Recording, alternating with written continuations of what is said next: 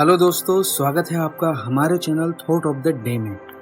दोस्तों, आज हम आपके लिए लेकर आए हैं एक और महात्मा बुद्ध की कहानी बहुत ज़्यादा इंटरेस्टिंग होने वाली है। बिना किसी देरी के कहानी को स्टार्ट करते हैं। कहानी का टाइटल है, क्या कर्मों का फल सबको मिलता है। दोस्तों, कहानी बहुत ही इंटरेस्टिंग है और कहानी जो है वो आपको एक बहुत अच्छी सीख देगी। तो मैं आपसे रिक्वेस्ट करूंगा कि कहानी को एक बार शुरू से लेकर अंत तक पूरा सुनें। यहाँ पर आपको डेफिनेटली काफ़ी कुछ नया और अपने ज़िंदगी को सुधारने के लिए सीखने को मिलेगा। तो दोस्तों, कहानी शुरू करते हैं। एक बार की बात है, गौतम बुद्ध अपने शिष्यों के साथ एक गांव से गुजर रहे थे। उस गांव के सभी लोग गौतम बुद्ध और उनकी प्रवचनों की पहले से ही जानकारी रखते थे। वो जानते थे कि महात्मा बुद्ध काफ़ी बढ़िया प्रवचन देते हैं जिनसे लोगों को बहुत सीखने को मिलता है। तो वहाँ के लोगों ने गौतम बुद्ध को गांव में ही रुकने का आग्रह किया और प्रवचन देने के लिए भी मनाया। बहुत रिक्वेस्ट करने के बाद गौतम बुद्ध वहाँ रुक गए। गौतम बुद्ध का एक शिष्य था जिसका नाम था अर्जुन। जब वह वहाँ प्रवचन दे रहे थे तो अर्जुन गौतम बुद्ध के पास आया और गौतम बुद्ध से बोला कि हे गुरुदेव, क्या आप मेरे एक प्रश्न का उत्तर देंगे। गौतम बुद्ध ने कहा, पूछिए अर्जुन, क्या पूछना चाह रहे हैं। अर्जुन बोले, गुरुदेव आप मुझे बताएं कि क्या कर्मों का फल सभी को मिलता है।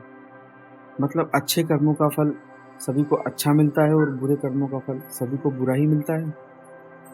तो गौतम बुद्ध ने अर्जुन से कहा, अर्जुन बैठो, मैं तुम्हें आज एक कहानी सुनाता हूँ जिससे तुम्हें तुम्हारे प्रश्नों का जवाब मिल जाएगा। अब अर्जुन गांव वालों के साथ वहीं बैठ गया और गांव वालों के सामने ही महात्मा बुद्ध ने एक कहानी सुनाई।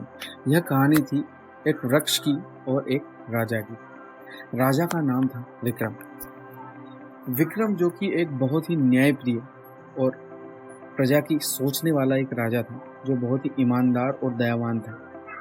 लेकिन उसके राज्य का जो मंत्री था वह ये नहीं चाहता था कि राजा के अच्छे कर्मों का फल राजा को मिले। ठीक है, राजा सभी के प्रति अच्छा व्यवहार करता, सभी के प्रति दयालुता रखता, जिसको जरूरत होती उसकी मदद करता और अच्छे कर्म करता। इसी से उसे हमेशा अच्छे कर्मों का फल मिलता रहता था। लेकिन यह बात उस मंत्री को बिल्कुल रास नहीं आई।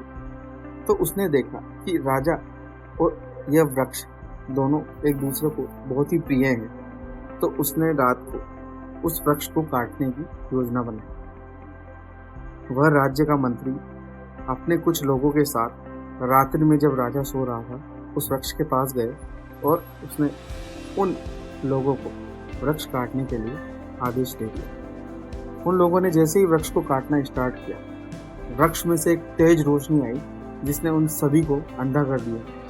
जब सुबह हुई तो यह बात पूरे गांव में फैल गई और इसके बारे में राजा को भी पता चला। तो राजा यह देखने के लिए दूसरी रात वापस से उस वटवृक्ष के नीचे गए। वहां पर वटवृक्ष से उसने पूछा कि तुम कौन हो जिसने लोगों को अंधा कर दिया। तभी उस वटवृक्ष ने काफी दूर से और धीमे स्वर में कहा, हे राजन, यह वृक्ष तुम्हारे अच्छे कर्मों का फल है। तुम्हारा मंत्री, जो तुम्हारे राज्य का मंत्री है, वह अपने कुछ लोगों को लेकर आकर इसे काटने आया था।